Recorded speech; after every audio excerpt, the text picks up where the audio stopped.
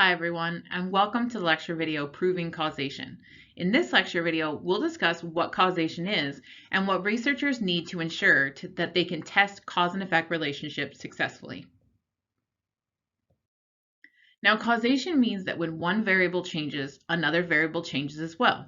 In research methods, the independent variable will cause a change in the dependent variable in some manner. Causation is the primary goal of most explanatory studies. Researchers looking to explain crime, for instance, are searching for that one independent variable that will create change in the crime variable so as to better understand how to reduce crime overall. The problem is that causation is a difficult determination. Causation statements require three major things: temporal ordering, association, and non-spurious relationships. Let's discuss what those terms mean in more depth. Temporal ordering means simply that cause comes first, which makes sense, right? If the independent variable is influencing a change in the dependent variable, then it should come first in time. Its presence will then initiate a change in the dependent variable as expected. Now, temporal ordering sounds like an easy concept to determine, but it's actually a lot more difficult than you think.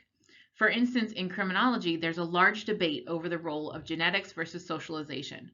Were you born with a criminal gene, or were you socialized to become a criminal? Now, I'm simplifying this debate, but you get the point. The problem is the time ordering issue. How do we disentangle the social aspects of your childhood from your own genetic material? The ability of a research study to prove temporal order exists is highly dependent on the time dimension of the study. If you remember from our previous lectures, there are two main time dimensions: cross-sectional and longitudinal. A cross-sectional design means the data is only collected from the research subject at one point in time. You take a survey, you hand it in, and you're done. On this image here, you can see the cross-sectional design indicated as occurring only at T1, standing for time 1.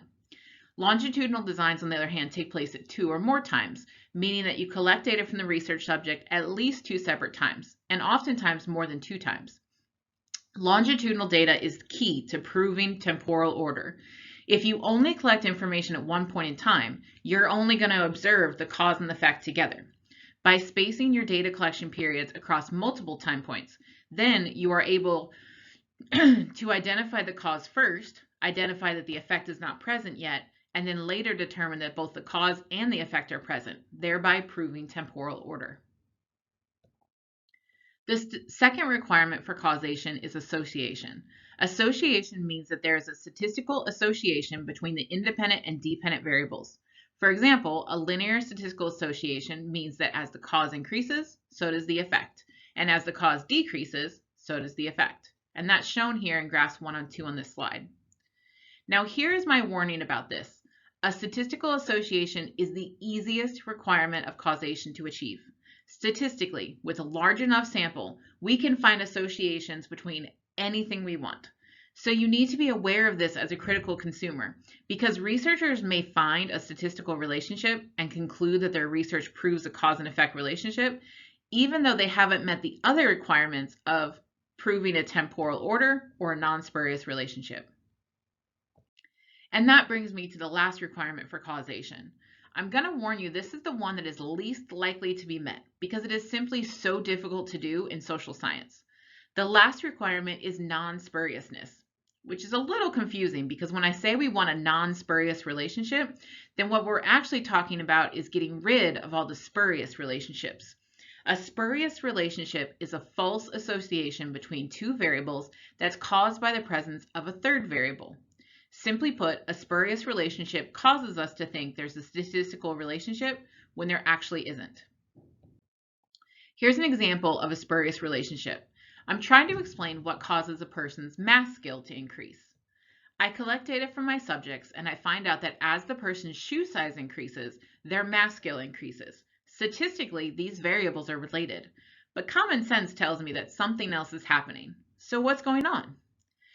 To find a spurious relationship, we need to think about variables that would influence the independent variable and the dependent variable separately. So what variables can you think of that would influence both a person's shoe size and their math skill? Age, right? As a person gets older, their shoe size increases.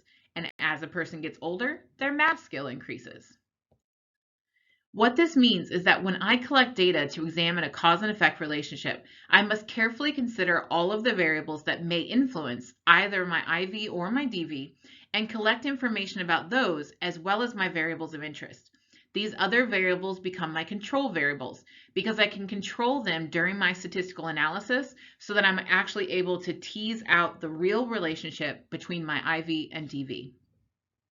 When I include age in my statistical analysis as a control variable, then I find that the relationship between shoe size and mass size, or mass skill, doesn't exist.